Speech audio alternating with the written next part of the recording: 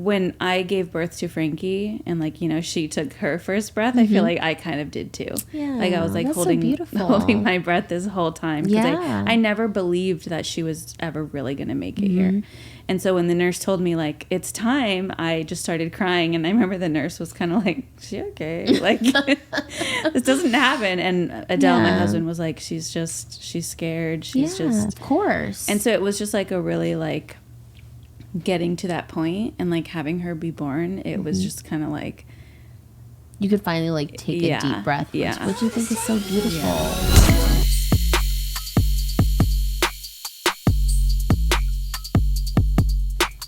Hello, everyone, and welcome to The Mess with Jess. I'm super excited to be back with another episode for you guys. And today I have a very, very special guest, my dear friend, Kelsey. Hello. Welcome to the show. Thank you. I'm so excited to have you because, well, for multiple reasons, but mainly because I feel like our friendship has become such a important one in my life currently, because I feel like our lives have kind of lined up a bit, like in the last year or so. Yeah. We both are married. We both have our first babies, both daughters, Phoenix and Frankie, which, by the way, I really do think that we need to like make trademark that. it, We need to make that like some kind of business venture, because I feel like they don't have a choice. They don't have a choice, and I feel like their names are just like so cute together. But I feel like having you alongside me in the last year or so with just these new things, these new life things, it's been so important. So I'm like so happy to have you here just to kind of talk about. I feel like it's important to talk about not only motherhood, but just like everything leading up to that. Yeah. And I think the best way to start is always to go back. I feel like for us, it's such a cool story to me, like of just how we met and how we kind of came to be friends. We started as friends in like middle school, literally as children, quite literally. You're 2 years younger, right? So I feel like you were like in maybe 7th grade, we were in middle school at the same time. Yeah, I think so. So I would have been 6 and you would have been 8. Yeah. And you were always like, you know, it's so funny when you're like in school, it's like the older class, they don't really like talk to the younger class, and you were always like that big sis, like like you had no shame in like taking us younger I remember us being like belt. such good friends, and I don't even really remember like how I don't either we met, but we did, and it always just felt like supernatural and super easy. And then high school, and I feel like we still stayed close, and then obviously I feel like it's pretty normal, like after high school I feel like everyone kind of does their own thing, and like a lot of times kind of, you know, everyone has their own journey, especially after high school. Everyone's like figuring out what they're going to do and who they're going to be, so to speak. And so I feel like we lost touch a little bit, and then it was like, I want to say, well, like 2 years ago, where we have a mutual friend, Kenneth, who's like both of our best friends. And he had a birthday party, and I remember going, and I remember you being there, and I was like so stoked to see you. And it just so happened that we were both in the process of like trying to get pregnant. Which I thought was so like, I remember it being so comforting for me, because at the time we were struggling, both of us. And like I kind of feel like in my friend group, at least, and in my family, like I was kind of the only one like going through that. So I didn't have other friends. I mean, obviously I had friends to talk about it too, but not anyone who like truly understood what that process is like. And I feel like, I don't know, it's so interesting how like our whole lives we hear how easy it is to get pregnant, and you don't often hear about that's not always the case, you know? And so I remember talking to you about it, and I don't think we knew like the details yet of what each other was truly going through, but just knowing that you were also in the process was like kind of exciting, and we were talking about that. And I'm just so like grateful for that night, because I feel like ever since then we started talking all the time, and it just so happened that our situations kind of ended up paralleling a little bit. And they still do. They still do. I'm like right behind you. And, you know, Phoenix is our daughters are 6 months 6 months apart, which I think is like so cool. And yeah, we've kind of been like, I feel like you've been such a huge support for me, like Same. throughout the whole process. And it's just kind of cool to look back now on that and see like how we've ultimately ended up where we wanted to be, you know? Yeah. But I feel like it's just it's a interesting and important conversation to have because, like I said, I think there's so much information out there now, which is such a good thing. I don't think that's always been the case, but now we're like starting to hear more and more about how everyone's journey is different and all the different ways that things can happen or not happen. And having like a community and having friends that are open and willing to talking about it is so important. Yeah. You know, was being a mom something that you always wanted to be? Like, did you always want kids? Yes. Before I met my husband, I was never sure that it would happen for me. I knew it was something that I wanted. But yeah, I've always wanted to be a mom. I just felt, not that it was like my calling in life and like my number one purpose, but yeah, I've always wanted a little daughter. And yeah, I'm just same here. Same here. I know you're not supposed to prefer a gender, but no, that was me too. And it was funny because anytime anyone would be like, oh, do you care like which way or another? And I'd always say like, I just want a daughter first, because then after that, like if we have more kids, it won't like I won't care, you know. I just like wanted a girl so bad, so bad. So I was the same way. And I just think it's so funny that we both ended up with daughters. I know, so funny, so cute. So cute. But I do feel like you have a unique story about how you got pregnant and like just your whole journey like up until that point. And I remember you opening up about it to me, and I think that it's, like I said, just so important to share those things because even for me, like I didn't know all the different possibilities, or I didn't like I remember when Phil and I started really trying, I was so like, now looking back I'm like I was so like ignorant because Naive, I remember we got married in October and I think I like got off birth control in October, and I remember thinking like I could be pregnant by Christmas. Like I was thinking like that month or like the next month it would happen, you know, which like for some people it does, and that's amazing, you know. But I just remember being really naive. For like a lot of people it's not that quick. No, and it's, for most people it's so funny, like we, at least for me, you know, we spend so much of our teenage or young adult years like trying to not to get pregnant. And then when you want to get pregnant, it like doesn't happen. Exactly. But yeah, I had a pretty interesting journey to motherhood. When we first, I'll just dive right in. Yeah, no, please do. Please when do. we first decided that we wanted to start trying, you know, I knew that it could take a normal, healthy couple like up to 12 months to conceive. And I'm like, oh my gosh, that's a long time. But you're like, no, that's not going to, like you think it's just going to happen. You're like, oh, I'm going to be pregnant by Christmas, whatever. So yeah, anyways, it's been so long now. I'm trying to like recount everything that happened. But yeah, no, we had started trying and months and months and months had gone by and nothing was happening. And that's kind of where we started our friendship, because I think we both had been at like the 6-month mark or something. I think so, and like nothing was happening. And it was just frustrating. And so after, I want to say it was like 8-9 months and still nothing had happened. I decided to just go to the doctor and like just make sure everything's okay. And so I went to the doctor and they started doing some blood work. And it turns out I have something called diminished ovarian reserve, which in short, DOR, which basically just means I don't have a lot of eggs to work with. And even the ones that I do have, they would probably be like poor quality. Okay. And in the beginning of our trying to conceive journey, there was a chemical pregnancy, which I know is super common in a lot of women. And, you know, I didn't really think too much of it. But then it happened again. Mm-hmm. And when I was talking to the doctor about this, he's like, okay, 1 time is normal. Mm-hmm. 2 times it could be like, mm-hmm. let's dig a little deeper. So sure.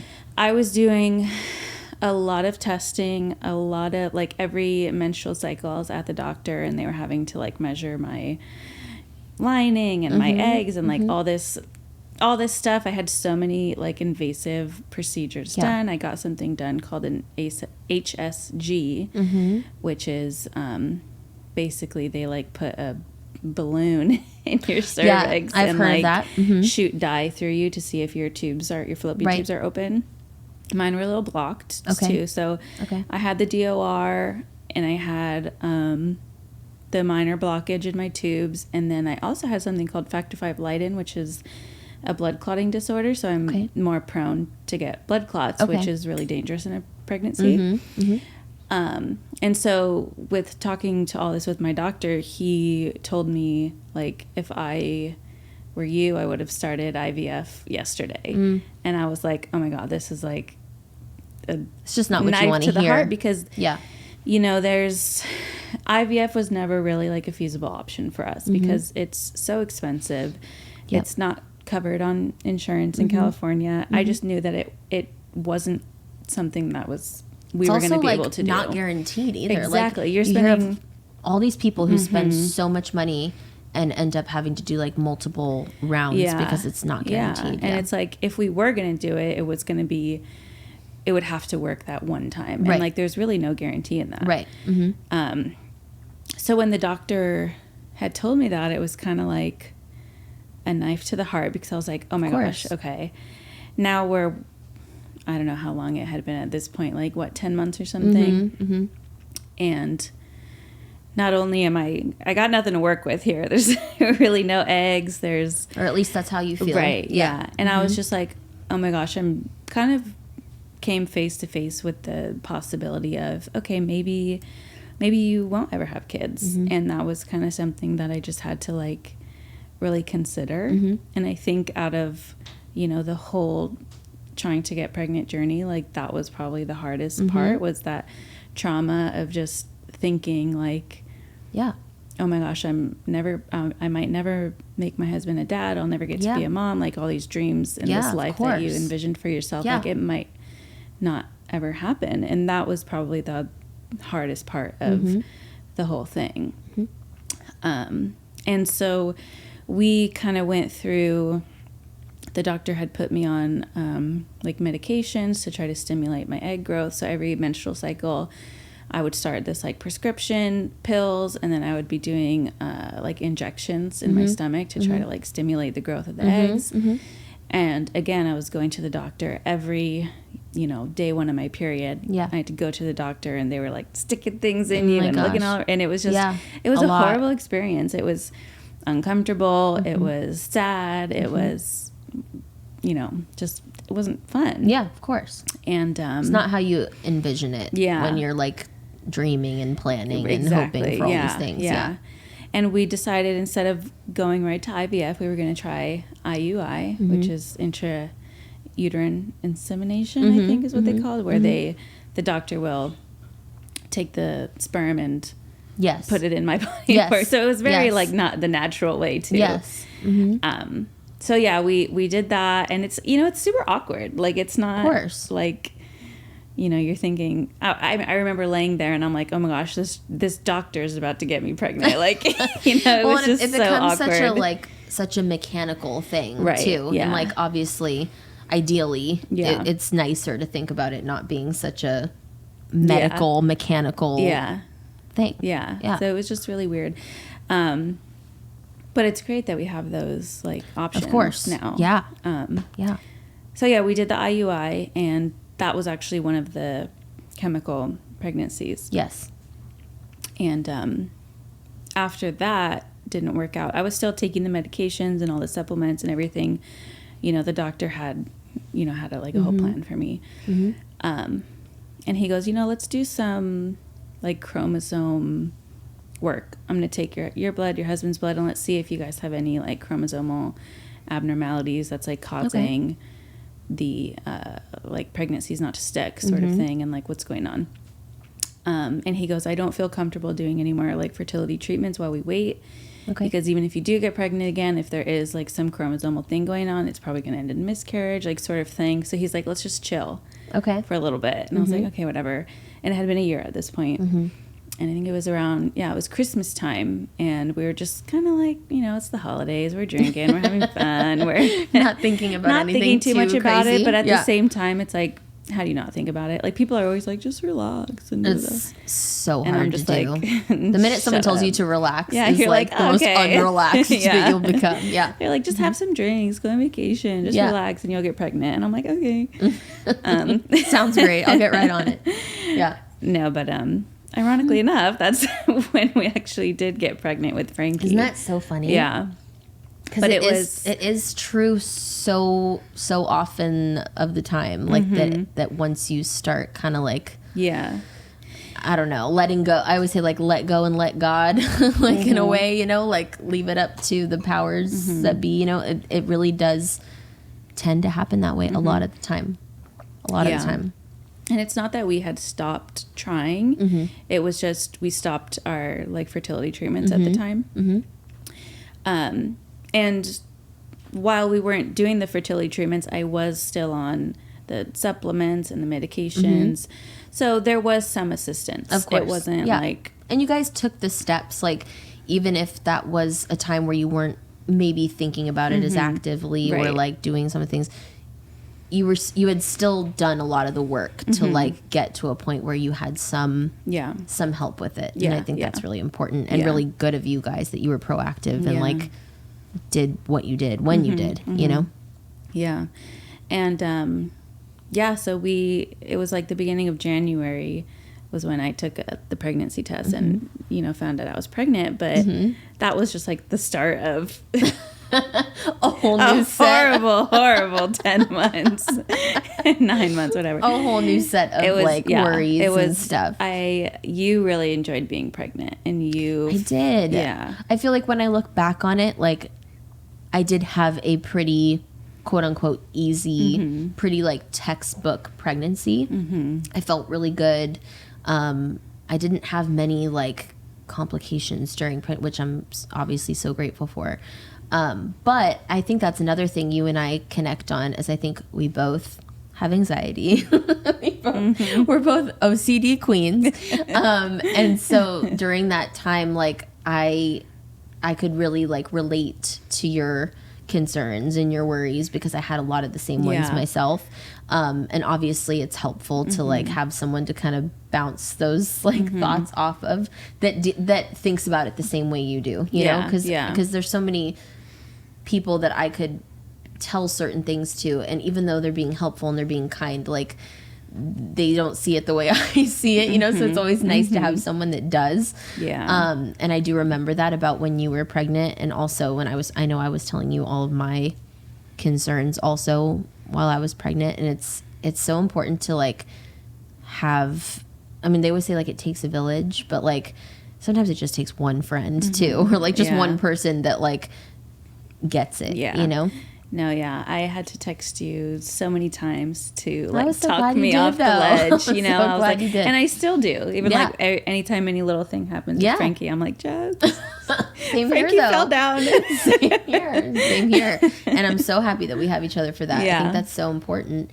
And I just think that your journey with everything leading up to, it's just like, I just remember being so excited, like when you told me that you were pregnant, because it's just like that can be such a like isolating thing to go through, and such a like crazy range of emotions and feelings when there's this thing that you've always kind of dreamed of, and obviously we all dream of it happening easily and naturally and whatever, you know. And so when it doesn't, it can be pretty like traumatic, you know, and like and it takes a toll. It takes a toll not only on you and your body, but it takes a toll on your relationship, on your marriage, on your on everything, because it's like it's a big deal, you know. And I'm glad that you mentioned the, you know, chemical pregnancy as such, for anyone who like doesn't know, super common. It's basically a very, very early miscarriage where and correct me if I'm wrong, but I feel like it's like basically when the egg itself is just not like viable. Yeah. Right? Yeah. Something like that. Yeah, something like that. And I've never like really talked about it and I was telling you earlier, it's not something that I like haven't wanted to talk about. It just never has been like a natural, there's never been like a natural way of me kind of bringing it up or sharing like online or anything. But I'm happy to have this little space here today because I had a chemical pregnancy too. When Phil and I started trying, I think we've been trying for like 5 months, like 4 or 5 months. And I found out I was pregnant, and I was also testing like a mad woman. Yeah, me like too. I was testing Me too. so early. And and that's the other thing that I think is so important to talk about too, is that while it's so great that we have these tests now that can tell you, so it's like to find out 6 days before you miss your period, you know, like that's a great thing. But at the same time, I'm like, maybe not so much, because I tested super early. I got like a positive test, and I think for like 2 weeks passed, and then we were actually out of town, and I remember like I started spotting, and I knew that something just didn't seem right. Yeah. And then it became very apparent that I was having a miscarriage. But had I not tested as early as I did, you would have never known. I would have never known. Yeah. And I think that that's so crazy, because if you think about it, like I feel like nowadays we're starting to hear more and more about chemical pregnancies, about miscarriages. And I think it's because we're all finding out so early, you know, because like back in the day, our moms and our grandmas, like they didn't know that early. So they could have very well had chemical pregnancies as well, or miscarriages as well, and didn't even know. They just thought they had a late period, you know, 100%. Like that's what I would have thought. I would have thought, oh, my period was just a couple days late, you know? Yeah. But because I had taken that test so early, I knew. And so, yeah. And for me, like being a mom was always just like my biggest dream. It was like what I wanted more than anything in life. So when I found out I was pregnant, I was like ecstatic, over the moon. And we did tell like my parents, and I think we told like our 2 closest friends, and it was so exciting, you know. And then when it didn't work out, it was like you said, just like a knife to the gut, because you're like, oh my God. And you don't think, even though it's so common and you hear about it so often now, you don't really think it's going to happen to you, you know? And then you're like, why? And then you go through this whole thing of like, why did it happen? And we were traveling when it happened to me. So I'm like, is it because I was on the plane? Is it because which is like, none of that, you know, mattered. But you go through like all these things of like, why, you know? Yeah. And statistically, it's like 1 in 4 women will suffer a miscarriage, which is pretty crazy, because that's like you like we all know somebody who you know has gone through that, or some form of it, and for some reason, even with those statistics, it is super isolating, like you said. And you know, to kind of comment on like the isolation part of it, I remember one thing I felt was, you know, like I felt like everybody around me was getting pregnant, you know, some of my friends, everyone in my family was pregnant or being moms, and it kind of feels like, you know, those who are struggling to get pregnant or suffering losses or whatever, it's like you're kind of on like the outside looking in, and like this club of moms is just like getting bigger and bigger and bigger, and you're like kind of waiting for your chance to like be allowed into the club. And like for me, like I know you said that being a mom was like your biggest goal in life, and that's great, and that's beautiful, and that's wonderful. However, you know, one thing that was really hard for me when I was struggling with getting pregnant was all of these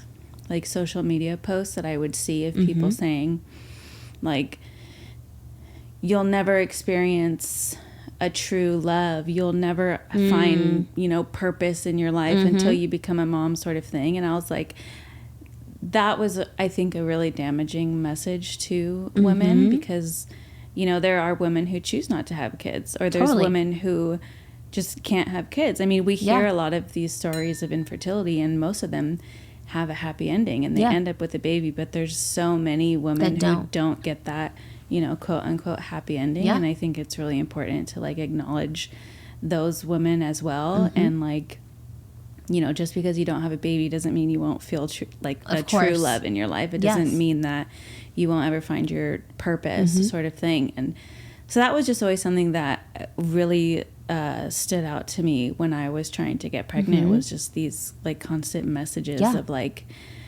this is like the purpose of, you know, being a woman and blah, blah, blah. And I was just kind of like, that is so wrong. Like it's, you know, it's one thing to always want to be a mom like you, and like that's a goal of yours and whatever. But, and you know, sure, it was for me too, but I think if we never wanted to have kids or if we never had our daughters, it's like we would still be just as that's okay too, worthy of feeling of these happiness and like fulfillment. Yeah, for sure. And like, no, I'm so glad that you bring that up because I feel like that's so important. Like I feel like nowadays social media can be like such a double-edged sword, especially with like just all the mixed messages, and especially now with like, I think it's such a beautiful thing to see everyone's journeys as moms and like navigating with their families, and I'm like so guilty of it. Like I love watching the different like mom videos, but I think with that, like you said, there has to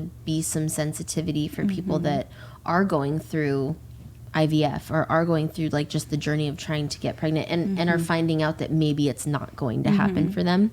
So I think that's really interesting that like that's something that sticks out to you specifically, like you remember seeing those kind of videos. I mean, there's a whole community of women who their infertility stories didn't end with a baby, and I always try to be really mindful of like how I talk to people now, because you know, you don't know someone's story. Like if I'm talking to someone, I'm never like, when are you having a baby? Like, because maybe they've been trying and like maybe it didn't work out for them, and it's just, I just think it's really important for everybody to kind of remember, be aware of that, and just be mindful that not everybody gets that like quote unquote happy ending, but they could still find that happiness, joy in general, purpose and love. Like you don't need it doesn't end there, like, it doesn't end anywhere. Like things can always,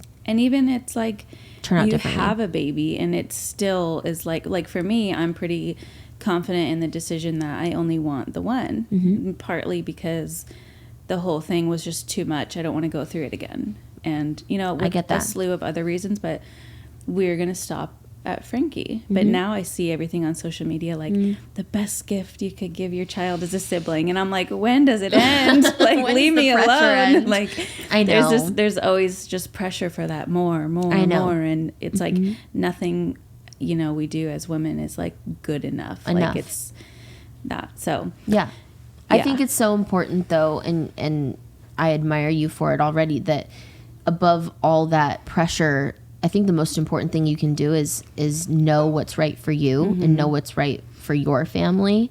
And so if you guys feel like Frankie is the one, then Frankie is the one. And that's like a beautiful thing. And listen, I was an only child for 10 years.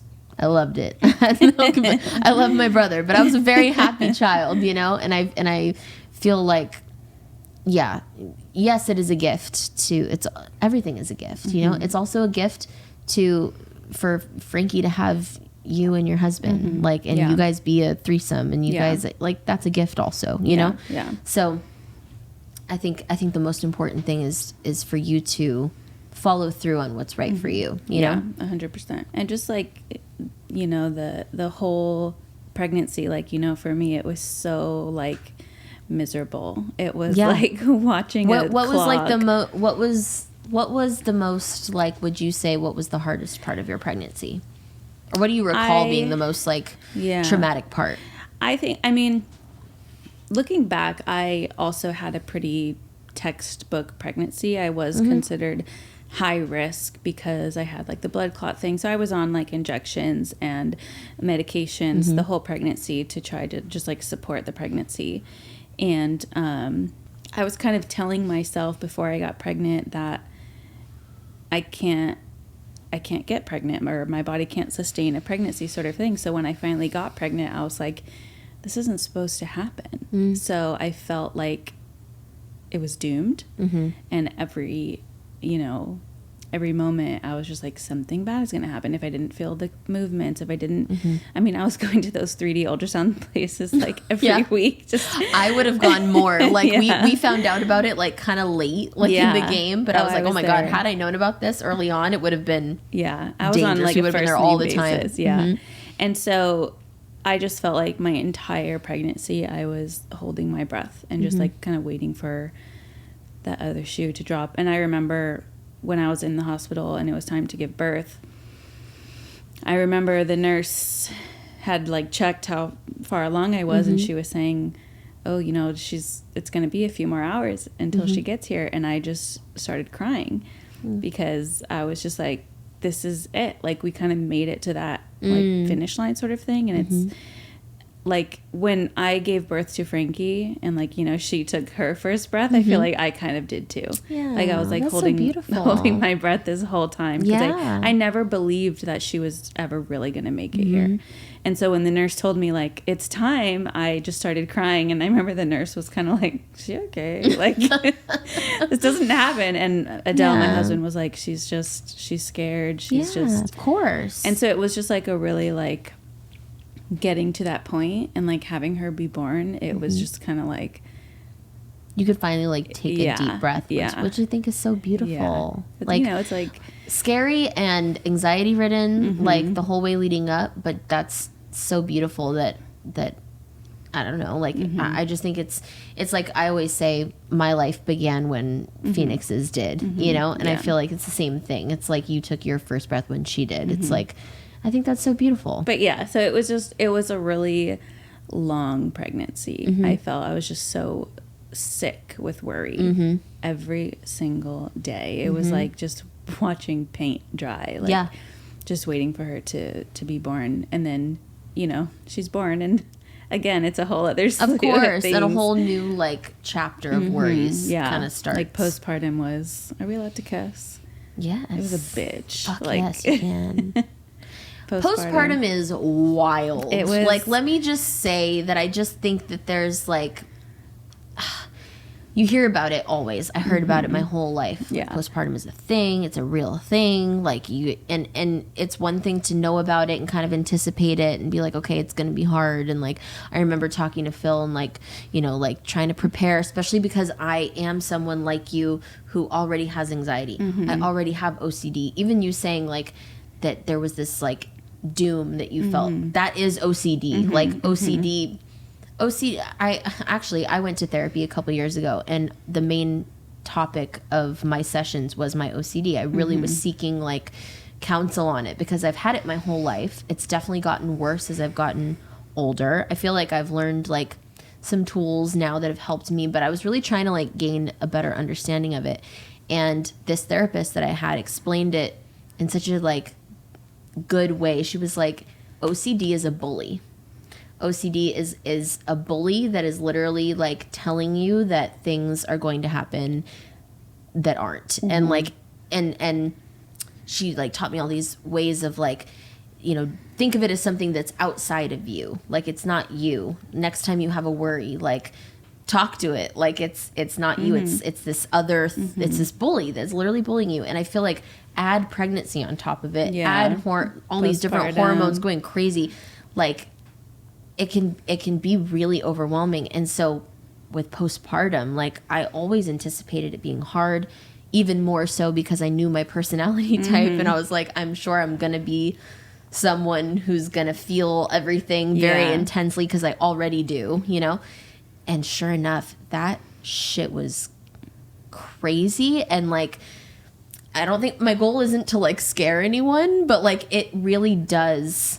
And I think it's important to also say, I know that I didn't even have like the worst case of it. Like I know there's cases of it that can be way harder than what I even went through.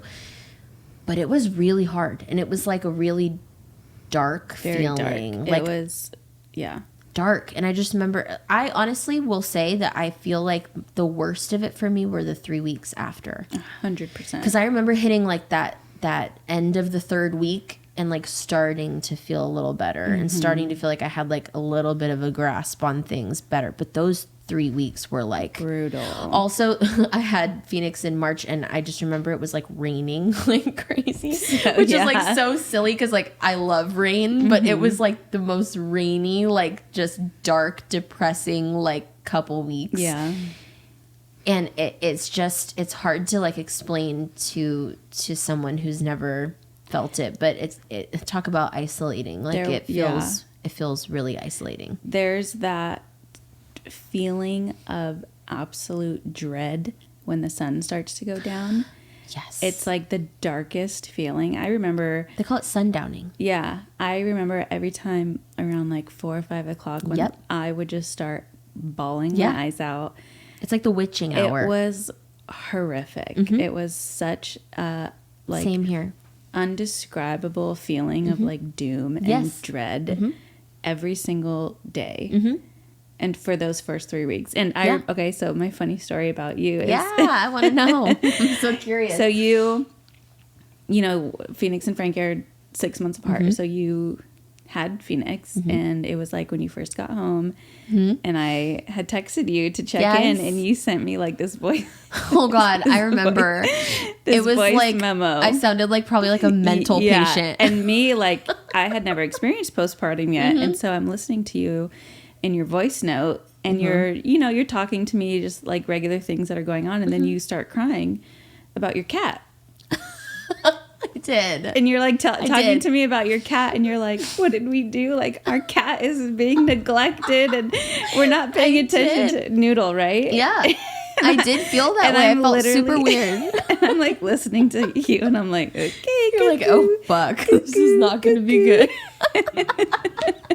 You're like crying to me, and I'm like, this bitch just had a baby, and she's over here crying about her fucking cat. Like, I felt so weird. I felt like, what did we do? Like, she was our only baby, and now we're not even like, oh, like she's probably hungry, she's thirsty. We didn't even like refill her water. Like, I remember that. And then it was so funny because when I had Frankie, and I got home, and I was like, I get it. Like, I totally get. Yeah. Like, I was just crying about anything. The like, silliest things. The sky is blue. I would just start crying about it. Like, it was just, so I totally, like, once I got to that, because I feel like everything I'm kind of just like following in your footsteps, you know, I'm like, so I totally understood you crying about your cat, but at the time I remember sending you that voice note, and I literally think I was like in my kitchen, and it was probably raining, and it was like everything felt so heavy, and it's just so funny. I felt like we got home, and there's like a certain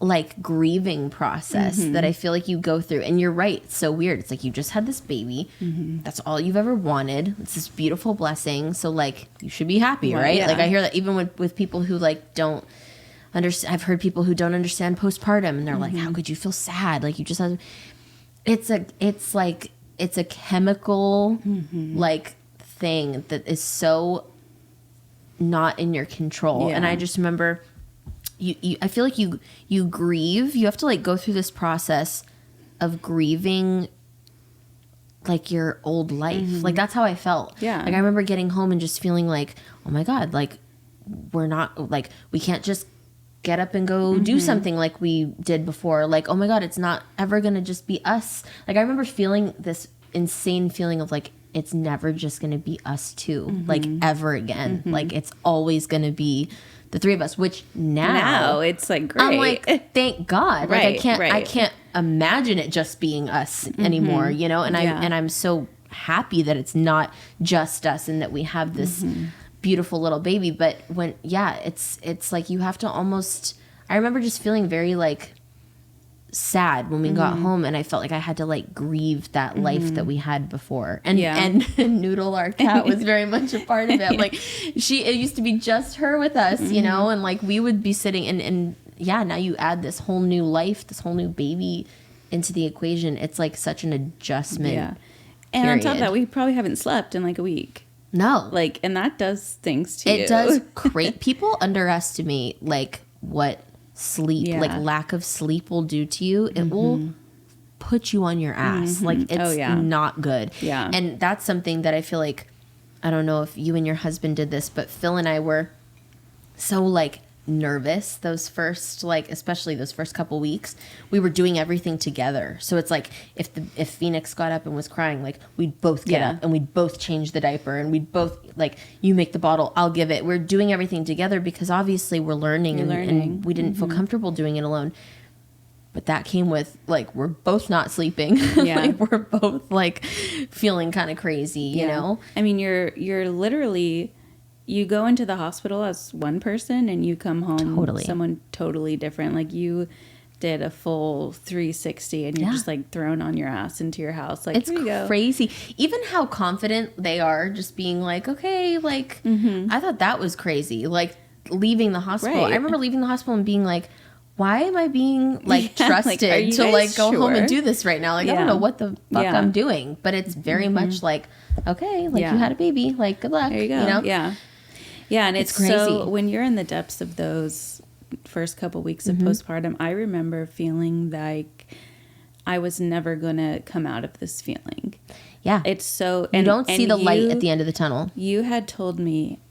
probably every single day you said, I know it doesn't feel like it, but trust me, you're gonna, like, come out. Like, there is light at the end of the tunnel. And I remember in my head, I'm like, she's lying. You're like, no, like, there's not. She doesn't know what she's talking about. Like, it was just, I did not believe you. I didn't believe anybody. Because you can't. Like, because when you're in it, like, there's no way to see it when you're in it. There just isn't. And I remember just crying. I was like, thinking my husband's never gonna love me again because I'm just gonna be this, like, horrible, like, anxious, depressed woman, and I'm a terrible mother, and my husband hates me, and, like, my mom and my sister were there and they're all looking at me like I'm fucking crazy. Like, and you just feel like this is my new state of being, like, and then so not. And it's just, it's so true. Like, you really do come out of it. You do. And now it's like, you know, we have so much fun, and it's a wonderful and it's still thing. hard, but in different ways, you know? And I feel like I've even said this now, like, obviously Phil and I hope to have another baby, God willing. And I feel like one thing I am looking forward to with that is I really want to enjoy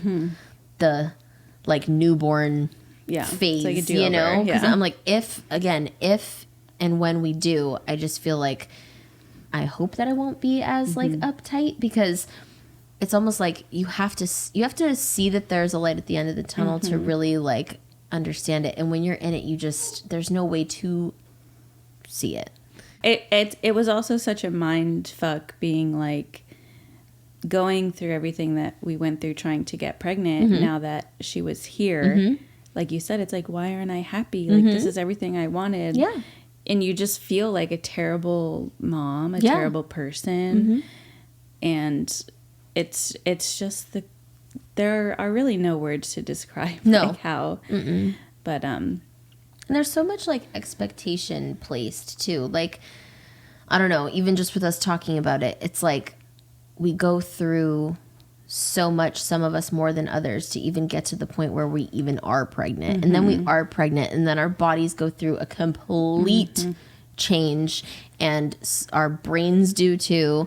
And then we give birth, which is, like, fucking horrible. I mean, to anyone who, like, has a great experience, like, I'm so happy for you, because I can't relate. It doesn't exist. I just can't relate. Like, it was just so crazy. It was hardcore. It was hardcore, and then that all happens, and then you're home, and then people are like, be happy and be grateful you have a baby. It's like, that is so much to place on a human alone, you know, just to, like, just to expect someone to go through all of that physically and mentally, and then also expect them to just come out the other side a completely, like, leveled, calm, non-emotional person is wild. Like, I just think those expectations are crazy, you know? So shout out to the good partners who really... Amen. Because I was going to say that. Yeah, I feel like I had to be, like, carried through those first couple weeks. And same. Yeah. I've said this before, and I say it all the time, that, like, if I didn't love Phil before, Like I remember in those first couple weeks, especially like immediately after giving birth, I was like the most in love with him than I ever have been before, because they literally like become your rock. Yeah, like, your caretaker. you know, they like, have to be. I remember crying at one point, like I was like crying to my husband, and I was like, I've been so mean to you. Like, I'm just like, do you forgive me? And he's like, what are you talking about? Like, he was just like, you're so sweet. I never did that. He was like, what? I never apologized for my meanness. I apologize now, honey. I'm sorry. Like, he was just like, okay, like this bitch is just on going through it. Another level. Yeah. But yeah, they shout out to the good partners because they really carry us through. Totally. And there's just so much. There's just like so much that goes into it. And even like, this is a whole other thing, but again, I don't think people talk about it enough. Like just some of the repercussions, like at my 3rd week mark, I was home sleeping with Phil, middle of the night. Baby's like in her bassinet next to us. And I wake up and I'm full on like hemorrhaging. Yes, I remember this. In bed. Oh my God. And that's like the kind of shit they tell you. Like if that happens, go to the emergency room. Like it's not supposed to happen, you know? And so I remember us just like freaking out, and I knew something was wrong. Had to go to the emergency room. Ended up being, I always forget like what the technical term is, but I think they call it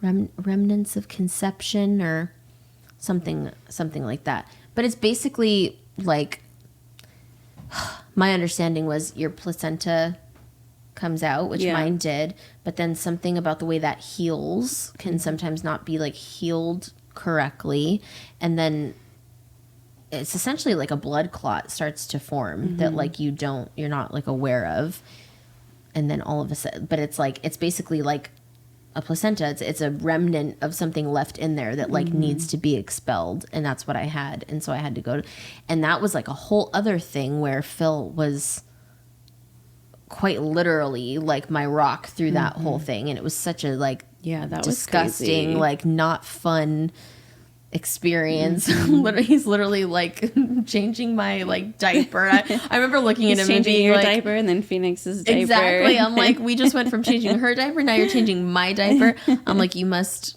really love me, and like hopefully you'll look at me again in some kind of sexual way after this. Like it's like really just kind of like the slums. But I think those are the moments that you have to have someone that's supportive and strong, and you know, because if it hadn't been for him being strong during that, like I would have crumbled, you know. So shout out to all the partners out there who hold it down for us. Also, just to reiterate, like, hopefully this is not all scary information to someone. I know. It's really an amazing thing. Of course. And, you know, someone who might be going through, like, infertility or losses or whatever, I truly do think that has made me, like, a more patient mom. Because, you know, when the days are hard, it's kind of like you remind yourself, you know, you wanted this. Yeah. And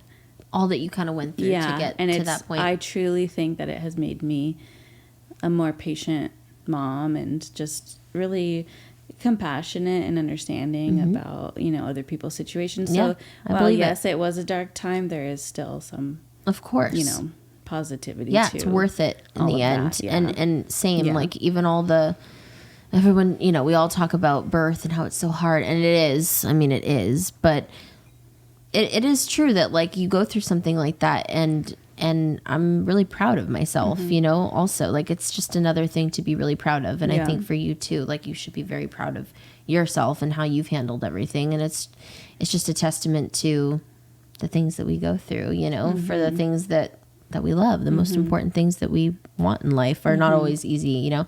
And then with some people, like it is really easy, you know. Everyone has like different journeys, and I think they're all important, and they're all valid, and they're all beautiful.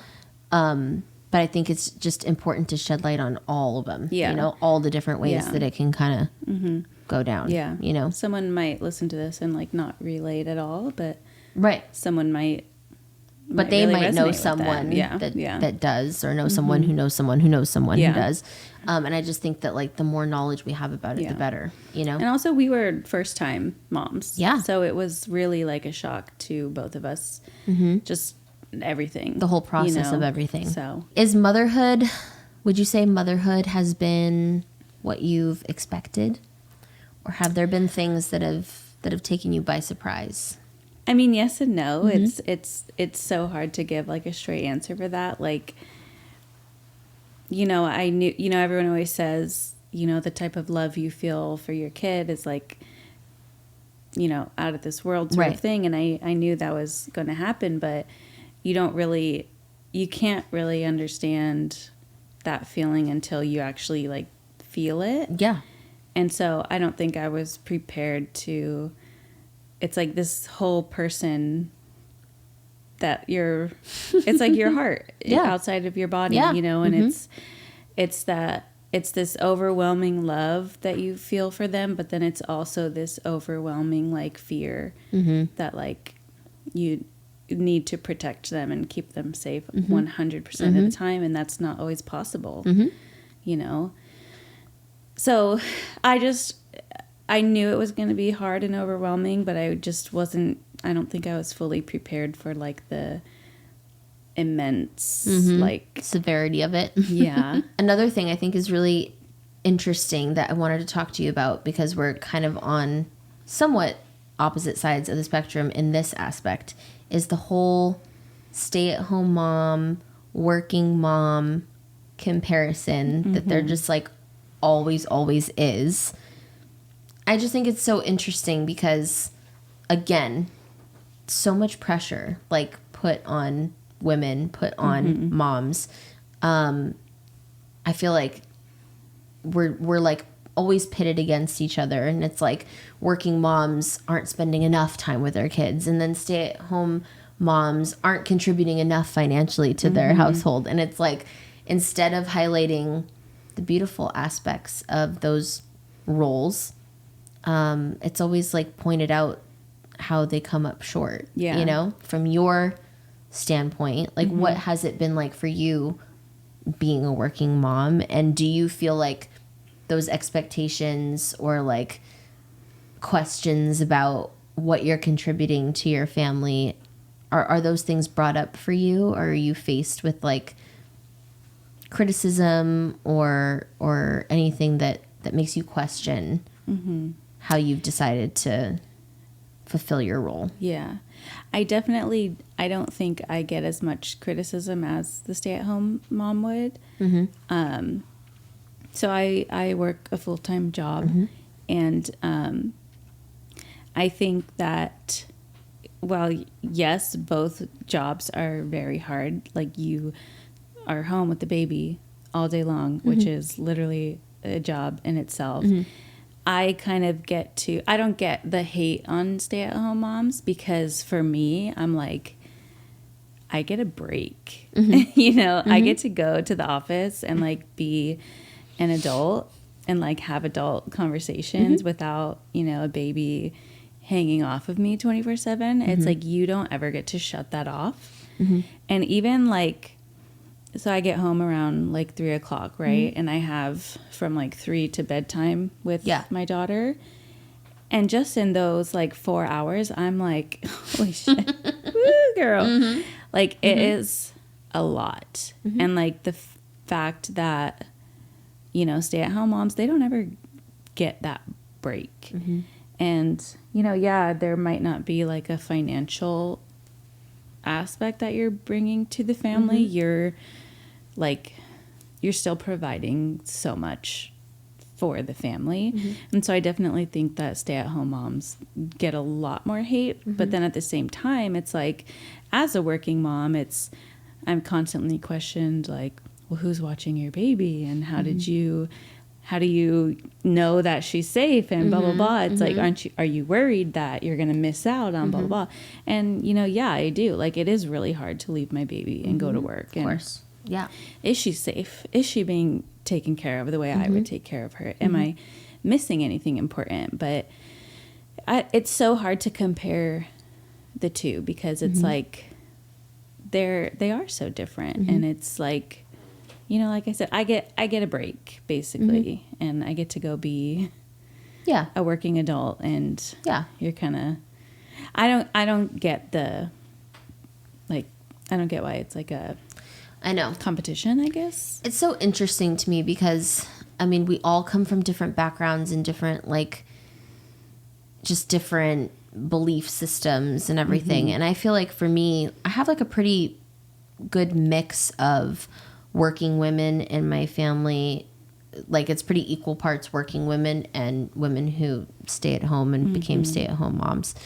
My mom, for the most part, growing up, she worked, but she always worked jobs where she was home when I was home. So to me, she was pretty much a stay-at-home mom because I was always with her, you know?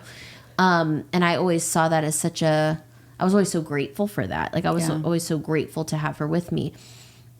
So I always knew that when I had kids, I knew that I wanted to be home with them as much as I could, obviously. Like, it depends on your situation. It depends on a lot of things. But that was always kind of like the ideal situation for me. And I guess because I always had such a huge admiration for my mom, who in my eyes, like, did stay at home, quote unquote, most of the time with me. I wasn't prepared for any kind of like criticism about that. Like, to me, staying at home was such a beautiful thing, and like choosing to not work and make you know, taking care of the baby my work was like an admirable thing. So I've definitely been like kind of taken aback this last year or so just by all the different like opinions and criticisms that people have. But I also see it on all sides. Like, I just think there's a lot of opinions in general just about how moms do it. And I think that, like, whether you work or whether you don't work, like, we're all doing it. Like, I always say, like, we each have our ship, and it's our job to keep the ship afloat. And like, everyone's ship is different, and like how that ship is run is going to be different, and the roles that everyone takes on the ship are going to be different. No one should really be like criticizing each other's ship, you know? That's like the issue I have. And yeah, you say you have a break, but what you like, there's nothing easy about what you're doing either. It's not like you said, it's not easy to like leave and know that, you know, someone else is taking care of the baby. Like, everyone has different challenges with the roles that they've decided to take. So I don't think one is like necessarily easier than the other or harder than the other. They're easy and they're hard, like, in their own ways, you know? But I do just think it's interesting because I just feel like we said, with everything that comes along with wanting kids and then trying to get pregnant and then getting pregnant and then giving birth and then postpartum, and then y'all are also gonna throw it on us that like we gotta either work or not work. It's just like, when does it end, and when does it become enough for people to shut the fuck up and be like proud of us for just doing the job, like doing our job in whatever way that, you know what I'm saying? And it's a weird thing because, and I tell Phil this all the time, I'm so lucky because even though he is technically, for us right now, the provider and the quote unquote, we want to call him breadwinner, he's also a very active dad and a very like involved dad. And thank God for that. I'm like super grateful for that.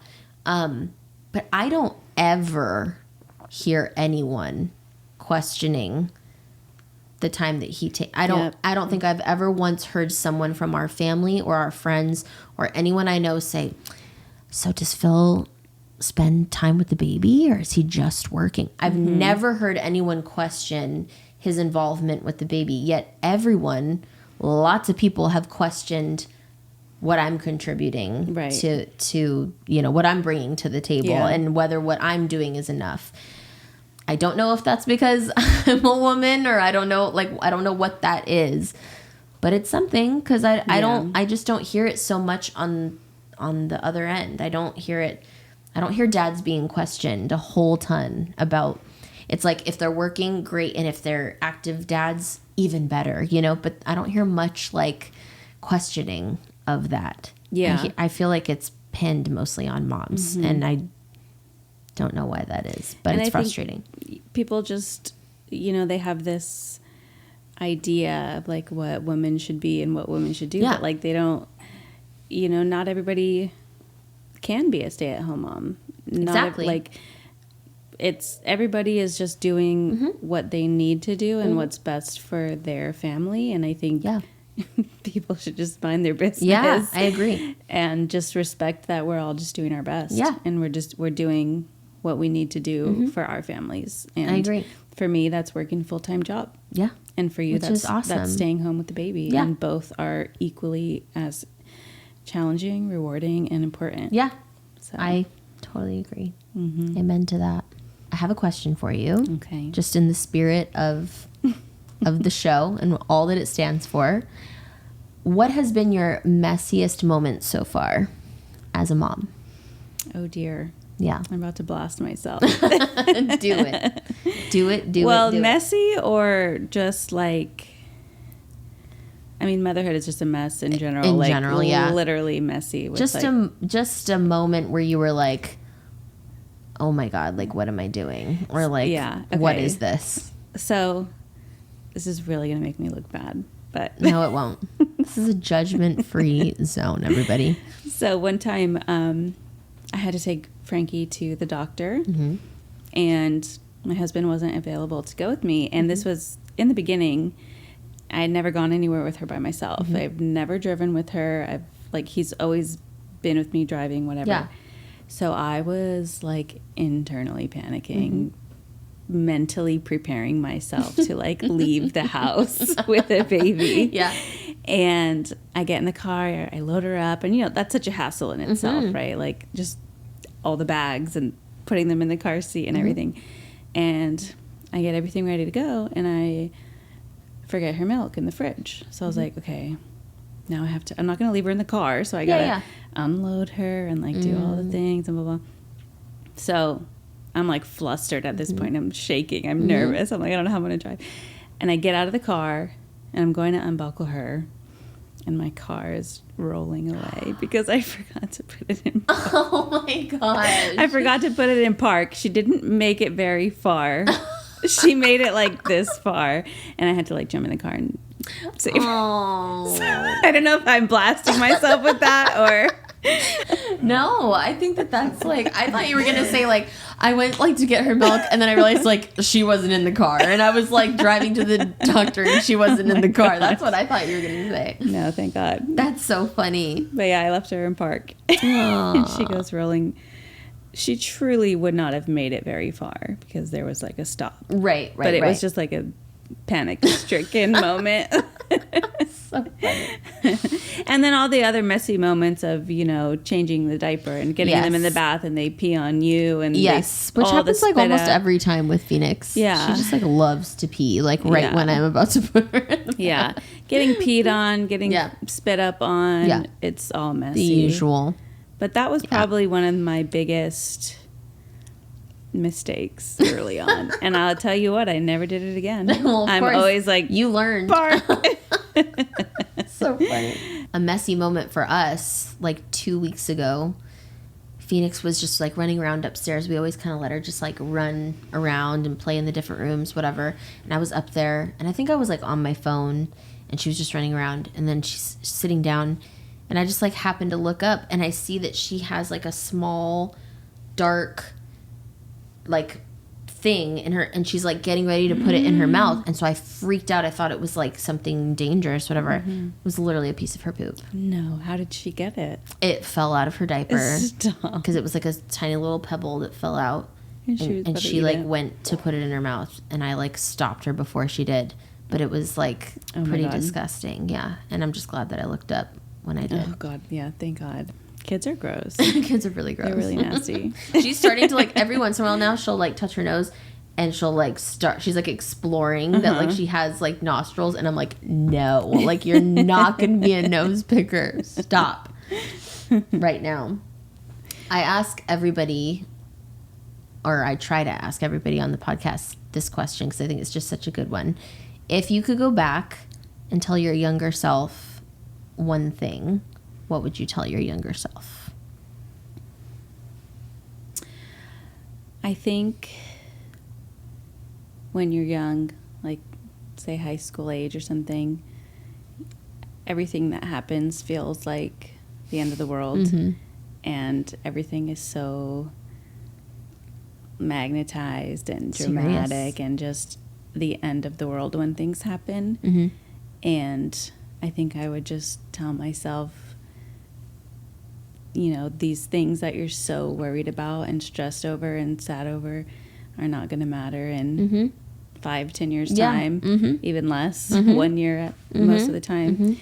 I think I would just save myself a lot of like worry and heartache if I could just realize these things do not matter when you're young, as they're not as big as they feel that they are. And I think that that's a good one. Yeah. And I think that like that becomes more and more apparent just with the more like life you live. Yeah. You're like, oh my God, that's what I was worried about back then. Like that seems so small compared to things going on now. I couldn't even tell you what I was worried about in high school. That's how much it didn't matter. Well, of course. Yeah. But at the time it feels huge. Yeah.